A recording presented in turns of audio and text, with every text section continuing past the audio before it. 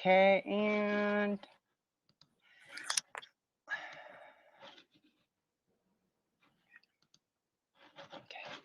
okay, we are now. Give me one. I'm going to count down to 10. 1, 2, 3, 4, 5, 6, 7, 8, 9, 10. We are live. Excellent. Well, hello, everyone, and welcome. I put together this room because we had a very sweeping policy come out from the Department of Homeland Security for uh, organizations that are working directly for the government and government contractors. There's a big requirement coming down, which is going to be very difficult to stick to. I found going through the policies myself. We'll start out with Binding Operational Directive 22-01. One of the main things on this is drop dead stuff. We have required actions. For now on, whenever the CISA website produces things out of the catalog, which I posted up in the nest, we have the catalog of known exploited vulnerabilities. Whenever that comes down, companies that are working on government contracts or directly working for the government that are not part of the defense or intelligence agency, because those of us that have worked there know that the rules are a lot more strict, but these are for everyone else. They have to comply with drop dead dates. Initially, within 60 days of issuance, agencies shall receive and update agency internal vulnerability management procedures in accordance with directives. So as soon as something hits, they have 60 days to take care of it. The nice thing is on the catalog that I put in the link, it gives you the specific date because there are some variances based off of the criticality of the vulnerability, as well as the capability of an organization to patch that vulnerability and take care of it. But organizations would be able to be held liable to this stuff. And this policy also makes it very important on the 22-01 that it is also applying and cementing the 19-02, which came out in the 2019. I also put the link up there at the top for anyone that's interested in that. The nice part about that is the government will provide a vulnerability scan based on just sending in an email. I put the email address up there.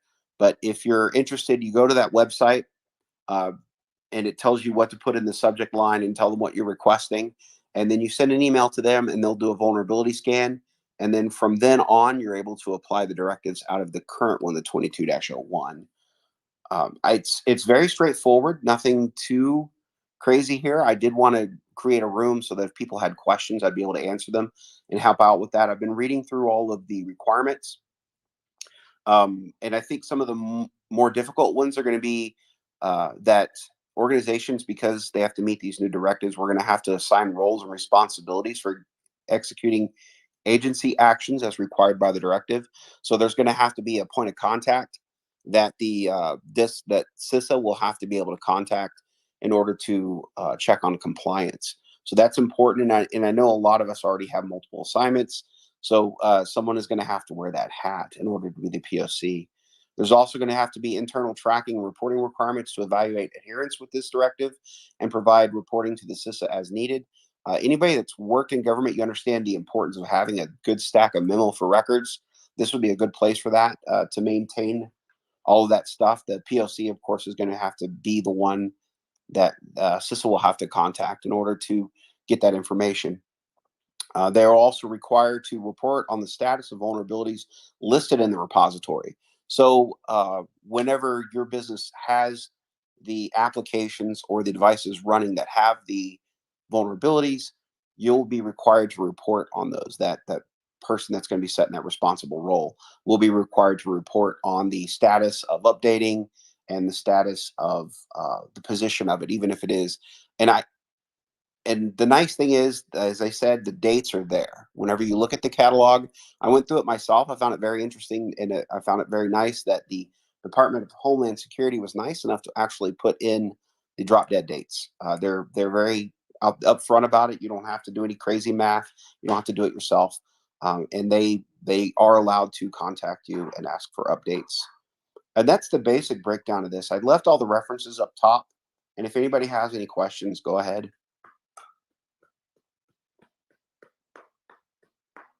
It's all right. I was hoping there'd be more people here, but that's okay.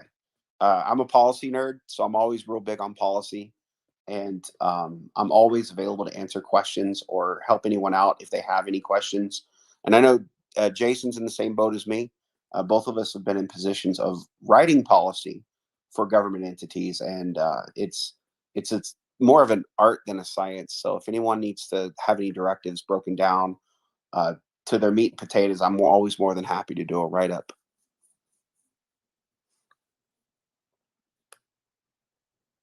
Well, I think what we can do, since there is absolute quiet and I'm here with friends, let's go ahead and goof off and look at the catalog of known exploit vulns, because I am always interested to see what's going on in the world.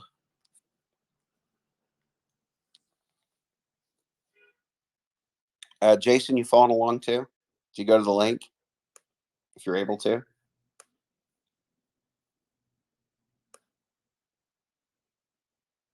Are you talking about the are we talking about the known exploit, the one that we list every day in our chat? All the different countries. Are we going Oh, through well, that? well, actually, this is the catalog that I kind of go off of. I always really enjoy look getting at the different threat feeds and taking a look. But this is the CISA.gov. This is the official release Can for we their. pin it on the net so everyone else can see it? Yep, it's up Do there. you tweet? Oh, that's I it right put there. Okay. Yep, I put everything up there. So what you do is you click on the known exploited vulnerabilities, and then you can click here to access the catalog of known exploited vulnerabilities. And these are the ones um, that are required. So if you work in the contractual positions that we were talking about, these are what you're required to have patched. The nice thing is it does point to the actual CVE. So you can go to the CVE, which CVEs that are written up will have your full patch notes, how to do it, and everything else. If somebody runs a small business, this is actually a really good standard to go by. This would actually be the gold standard. If you're running a small business that deals in IT assets, this catalog right here can actually help you secure your own assets to the same level that your local state and government should be. So this could easily be the gold standard based for small businesses. I think I saw, yeah, some of the major ones that I know that are going to be really widespread is stuff like Adobe, Adobe Acrobat Reader, and Adobe Cold Fusion Flash Player, which you shouldn't have Flash Player involved, but we do understand that a lot of legacy models still require Flash to run their databases on the back end. Um, and even in here we have CVE 2019-2215 is an Android OS because the abstract emu root access vulnerabilities, and that has to be done by May 3rd next year. So there's a lot of stuff in here that is used a lot on a lot of devices and a lot of services, including Apache. We always know there's always a ton of Apache ones. There's one coming up due November 17th, which is the Apache server vulnerabilities known as an attacker use path traversal attacks to map URLs. If anyone's ever done path traversal, it's literally you have a website and then you can use dot dot slash dot dot slash, and you're going up the paths inside of a web server to the places you're not supposed to normally be able to browse. And there's a lot of scripts out there that automatically test for this, will automatically check for it. Um, did I see Apple? No, more Apache stuff. Yeah, Apple, iOS, and iPad OS. There's a requirement here. So anybody running a small business, you can use this, the vulnerabilities catalog, to see what's coming out. CISA is really good about keeping it up to date, including this other one. I mean, they just posted this November 3rd. So 2 days ago, they posted a requirement from a Celion. And as part of this catalog, this is required. So you can apply this to your own environment, even if you're not working in government. So I would easily say it's a gold standard for small business. If anybody's in small business, this would be a terrific threat feed and a standard you can put your business by, and it won't be too expensive for cost overhead and still being able to maintain your own cybersecurity defense.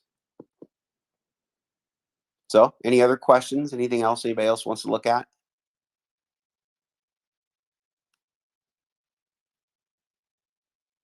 Nada.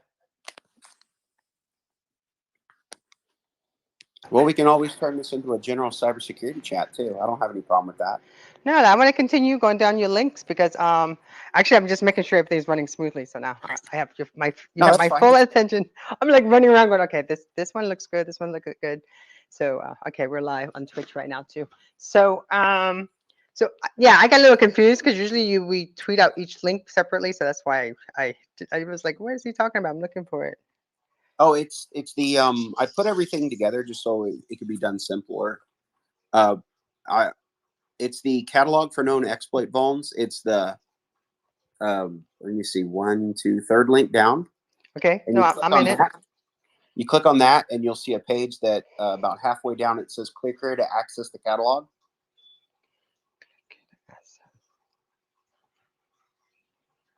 I know known exploited vulnerabilities. Is that above that? Hold on, is it me?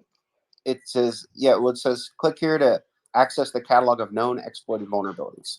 That's the one. And when you click on that, that's when you see an actual threat feed. You know, it just takes me. I keep on. It doesn't take me to that. Hold It on. doesn't. No, it goes to known exploited vulnerabilities. It does. I'm there. You mean They're the there. CVE 2021 slash 27104 product Yeah, FTA? Is that what you're talking about, Nick? Oh, here it is. I got it. yeah, yeah. I didn't go further down enough. Ugh. So, yeah, Tanya, if you're running a small business and you have IT assets, this right here is kind of like your master list of current CVEs that have major impact. And so um, you can actually go through and any of these that you click on, it's going to tell you how to fix it, how to patch it. Yeah, definitely. Look at Apple. Wow, that's a lot of Apple going on and down here. Yeah, that's Whew. it's all part of the whole thing. I mean, and this is what small companies that work for the government now have to do. And you see on the right side, you've actually got a drop dead date. Like by that date, you're required to have it accomplished. Wow. And CISA can actually contact those entities and ask them, "Hey, where are you on this CVE?" You know, they have to have somebody to track and take care of these. Now, if I'm not working for the government, but if I set up a small business, I'm more than likely going to use this threat feed with these due dates because Oh, this is a really good standard. Yeah, look at Google. Jeez. yeah. Google That's Chrome. Oh my God, I have to read this like I could take a fine tooth comb to go through each one of these. Jeez. Out of and bounds. those need to be done with the Google Chrome ones. Those have to be complied with by the 17th of this month. No. Yeah. Yep, November 17. I see it. Or there. I wouldn't have known that unless I was in this space. Look at Microsoft. Yep. The Microsoft ones, there's a few of them that aren't due till next year. That's like pages. Oh my God. Holy shit. Yeah. Excuse my French. Like, No, that's fine. The nice thing is with the NIST.gov CVE stuff, you click on it and it takes you to remediation. It tells you how to fix it, known software configurations, improv like the wireless enumeration is the one I'm looking at. It tells you all the hyperlinks that go to the original manufacturer's website. Tells you how to patch, how to remediate it, how to take care of it. Uh, the only danger you have, and Jason and I both talked about this, is whenever you have these drop dead dates, is if you have things relying on other objects. So, like if you have that flash running in the back end and you have to do that repair on it, you know, what's it going to break? And I think that's one reason why CISA is establishing the point of contact, so that if they can contact these organizations and be like, why haven't you fixed this? And they say, well, if we fix this at this level, then we lose our entire, you know, for instance, employee database. So, you know, that's why it's taking longer than expected. that is a lot of cleaning housekeeping there. Yes, but once you start on this, you know, once you get up to date here, then you're going to get, you know, you do it every week, you're going to be fine. It's easy. Yeah. Yeah, but I'm just saying, The like, problem the is small business owners don't know this stuff. We don't know this stuff. No one talked to us about cybersecurity. Is like, we don't think about stuff like that. well, I was really happy when CISA got stood up for this reason. It's one of the organizations that I'm a big fanboy of, like I was with NASA when I was a kid, and it's because they offer so many free services to small businesses. You can even they even have remediation for ransomware, because ransomware is the big thing right now. So when you go to CISA.gov, they have a whole thing about okay, so we're looking at the catalog. They have this whole page about ransomware to teach you to keep you from getting taken over by it. And there's just so many training materials here that it's amazing. And this is great for small business. It's a free source. I'm bookmarking this. Yeah, No, I that am. vulnerability. I'm literally bookmarking everything you're telling me because I got to go in and it's gonna be my late night. I'll be like texting you, going, What is this? What am I supposed to do with this again?" Let me just go ahead. I bookmark. Thank you. This is incredible. Yeah, it's so common. I mean, how can we ignore it even? We never knew it before today. And this is huge. Yeah, they've given us an amazing amount of assets here, and it's paid for with taxpayer money. So why not use it? Right? And Adobe, my gosh, Flash Play. Does anyone even Yeah. use Flash Player anymore? Well, you say that, but when I worked in the Department of Defense, I actually used a database that we used for purchasing and internal purchasing and distributing our software for aircraft firmware updates. Yeah. And it was all based off of Flash on the back and on the front end, and it was garbage. I had to actually use a special browser to access it. And it was just, it does happen. There's companies that have these legacy systems that it's expensive to overhaul, but you kind of still have to limp along until you're absolutely required to not use it anymore. I really think if all this budget that we're coming, all these bills, I mean, how much money are we putting into our own infrastructure, like cybersecurity? This is Well, like crazy it's important, don't you think? yeah. The nice thing is the NDAA has a very large segment of it for cybersecurity, even if it's intel and defense. But this is all part of the Department of Homeland Security as well. So this can come out of the same budget, the thing we're looking at, because it's all from that same set. It's got a pretty big budget on it actually already. Because think Hey, about Nick. what's just happened this last month. Jeez. Oh my gosh. It's Yeah. like having insurance, right? I mean, you got to make sure you got some really strong insurance for this stuff. Well, they even so the CISA website even has a national risk management website where you can go in there and deal with your risk management, your identify, analyze, prioritize, and manage your stuff. It has an entire set of tools here in order for you to do that with your business. So yeah, it's got a lot of cool stuff in it. Jason and I were talking about this earlier. This is definitely an organization that I would love to work for. Being from defense, it'd be a nice step to actually be in this type of position to help. Yeah, 100%. And you feel like you're making a difference, and I think that makes all the difference in any job you do. When you feel like you're actually making a difference, you feel like going to work. Like when you say small businesses, like how many people do you think that, like, for companies who are starting out, like they have like 1 to 10 employees, would they need to make sure they have all? It's pretty much everybody, right? It's not. It's just not. Well, so the Binding Operational Directive is mandatory for any government entity dealing in IT assets. That's not DoD and Intel, because they have their own set of rules that are way more strict. But that's who this applies to. I was just saying that this is a very good standard to apply to a small business, especially if you're working in IT. Yeah, Tanya, this would be like for companies that are doing like R&D for the government, maybe for the Navy, DoD. There's companies in like Scandinavia that do there's companies all over the world that have like basically a connection to the DoD in some fashion, whether it's a VPN or it's some kind of gateway that they have access, that they're giving data, they're transferring data and things like that. And that's basically who this applies to in a nutshell. But even if I'm not getting, okay, I know we're doing this by the math for the government, but if I was a small business owner and just to make sure that I, have, peace of mind. Oh yeah. This is a This would be great a threat. good, yeah, Yeah. right? Yep. And Yeah. that's what we were saying earlier, is because this is there are, like, if you really want to go into it, you could just sign up for the RSS CVE feed and you get even more information. But the nice thing is they filtered out the things that are going to be more important and more critical to an infrastructure. So they're trying to not eliminate, they're trying to decrease the amount of vulnerabilities on their attack surface for the government. But this is also a really good standard to apply to your business, especially if you're working in information technology.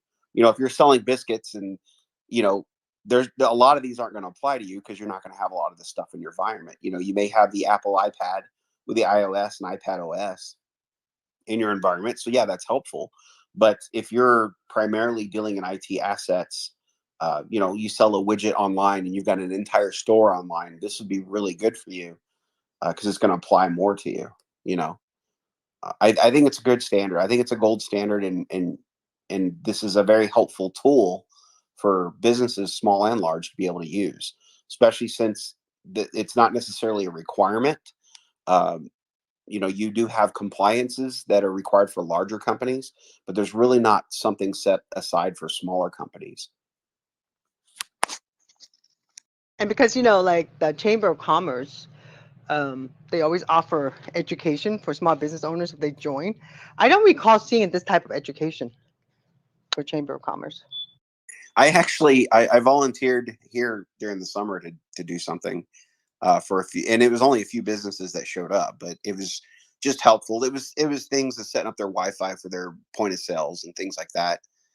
That's really all I talked about, because that's really their vulnerability. All they have is because it's a restaurant, a bar, a coffee shop, and their point of sale was their vulnerability, because that's the only place this stuff exists. But this goes back to what we spoke about before, that professionals, especially certified cybersecurity professionals, maybe can maintain their education units by putting in the time with the local chamber of commerce and teaching people this stuff.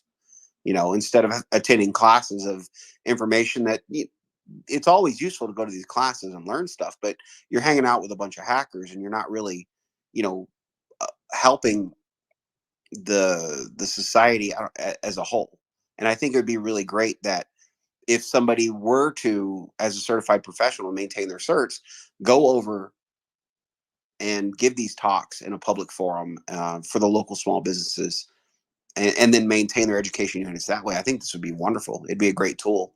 It's what we were talking about before, trying to create that framework so people could do that. And this would be one of the tools I would use for education.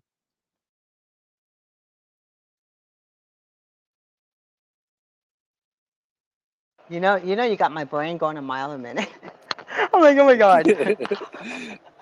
Because do you want to hear the weirdest thing? Because I brought up the Chamber of Commerce because the biggest lobbyist on the top 10 lobbyists is the Chamber of Commerce. Did you know that? And Yeah, I'm just kind of curious, like, what are they lobbying, and also are they providing this kind of service? Because even if every city have their own chapter, right? But I'd like to see the national chapter host something like that, and you stream it out. They don't have to. You don't have to do it in person. You can do it virtually, and it would fit better. And then a whole bunch of more people can join it, because I think it's very important information, especially for small businesses. And after what has happened in October, in 2022, we're all worried about it. well, I think the weakest links in the chain are going to be the small businesses, especially when it comes to cybersecurity defense posture. And I don't mean it in a bad way. It's on all of us to educate. It's not a normal class to have in school. They still teach people how to balance. They taught my kid how to balance a checkbook and all that other stuff. And I think this is basic cybersecurity principles is probably something that needs to be included into a curriculum. But because it's not, I think it's important that we do what you were talking about. We can take it on ourselves. Yeah, I'm gonna ask now you got me thinking. I'm gonna call the Chamber of Commerce in Boca, because uh, I've always been asked to join, and also join my women in communication. It's been like they've been whining and dining me, pretty much, kind of. Like they could call me and they always show my events and stuff. So I haven't reached out to them, but now you're bringing this information up. I'm really curious if how far they are as far as helping their members in cybersecurity and helping, understanding how important it is. Because I don't remember seeing any type of education about this. Yeah, that it's I don't know how to put it. The government's really bad at advertising stuff. Politicians are great at it, but the government itself is really bad at advertising things. And I know about the CISA stuff because I subscribe to their newsletter, but it's very easy to end up in my own echo chamber, especially where I'm a bunch of other cybersecurity professionals, and I've made a lot of assumptions that, hey, everybody has access to this, so everybody's looking at it, and yeah, everyone has access to it, but not everyone knows about it. And it's I think that's one thing I have to start working on myself is understanding the stuff that I know may not be common knowledge, even though it's just in my circles where I am in my little geeky little heaven. It's common knowledge to me.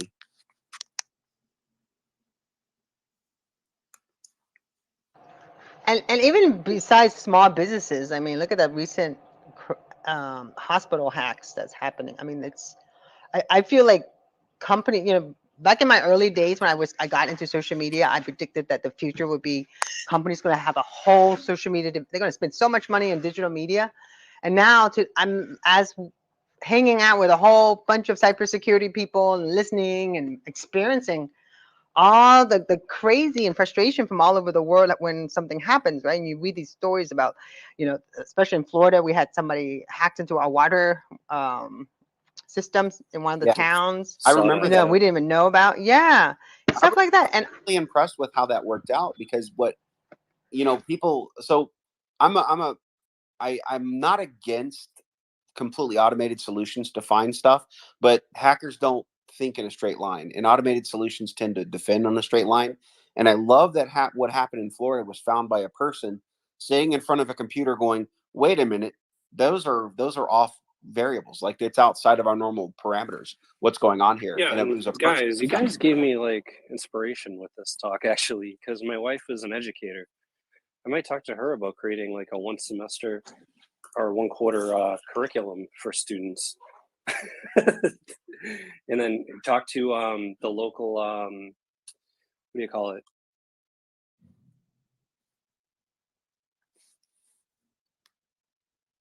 Chamber of Commerce,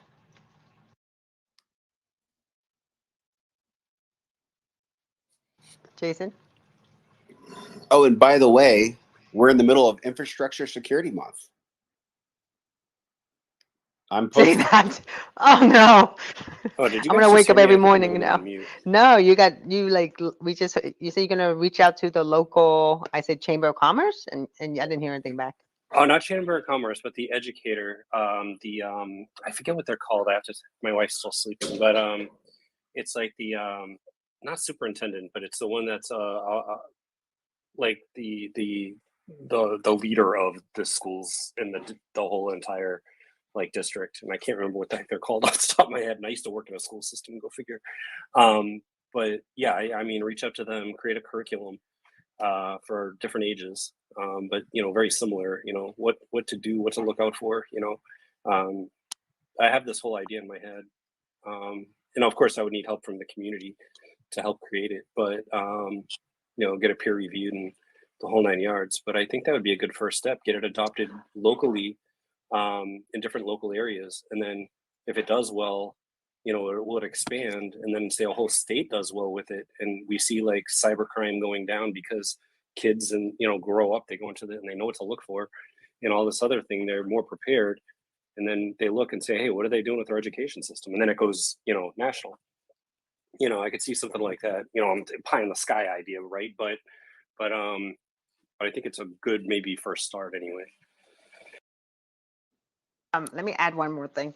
It's not a pie in the sky idea. It's the right idea for now because, as we know, especially last month, we know stuff like this, and we don't. If we don't teach our future leaders, our children, the students, at, be aware or learn a little bit more about this because we don't. It's very easy for people to do crazy stuff, right? But if we teach our children and educate them and And I think the school board would listen to this because there's so many stories about crazy ransomware and different things that's happened. So no, it's not. It's a And great if you're idea. interested, I did post the Infrastructure Security Month 2021 bulletin. It broke down the weeks. Uh, and I'm only laughing because Tanya and I have both talked about. So we had, Cybersecurity Awareness Month last month, and everything was hacked. So we're wondering, is it a sign? So now we have Infrastructure Security Month. So this month could be interesting if it lives by the same title. But yeah, No breach Okay, I'm November, bookmarking that too.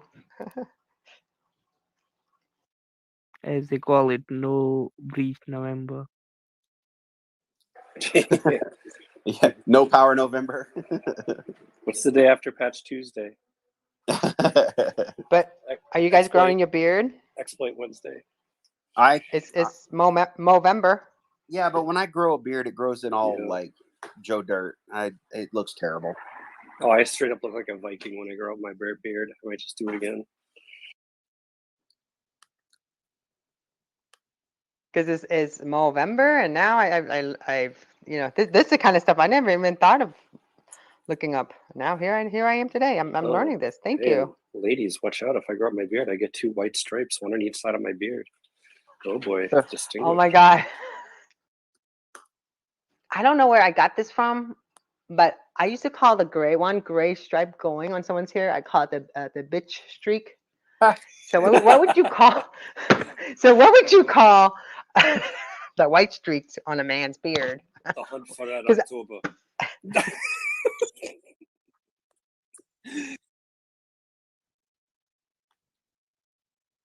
Okay, I have to tell my husband that because because he attempted to grow his beard out, and I was like, no, let's make a little shorter. Let me just take care of that for you because Well- this is kind of weird. You have 2 weird white lines. And he's Well, like, say- well, I love it. And if we can have this talk, but I'd actually like to kind of end this, and then we can talk like we normally do. If you guys are all up for that. If anybody's up for any questions or anything, one of the first places you can go is assista.gov, and on the front page, it's got the known exploited vulnerabilities catalog, and that's the catalog we were talking about. And it's amazing. You can actually set your standard to that for securing your environment. And also, you can message me any questions y'all have about any of the resources that I posted. I'll be looking at the stuff as well in the future, especially the infrastructure this month, because I think that's vitally important. But Don't end it yet. Let me tell you your analytics first. okay. We got. I'm like, don't end it. I've been running around. I'm like going, okay. See, I'm in the middle of some issues. So, and then I start reading all this stuff up, and I'm like, oh my gosh. Okay, hold on a second. That's all right. I think Jason and I have been talking about doing an online type of conference, and I think if we schedule it out right, we might be able to do some cool stuff with spaces when it comes to man. stuff. Yeah. I would love that. That'd be fun.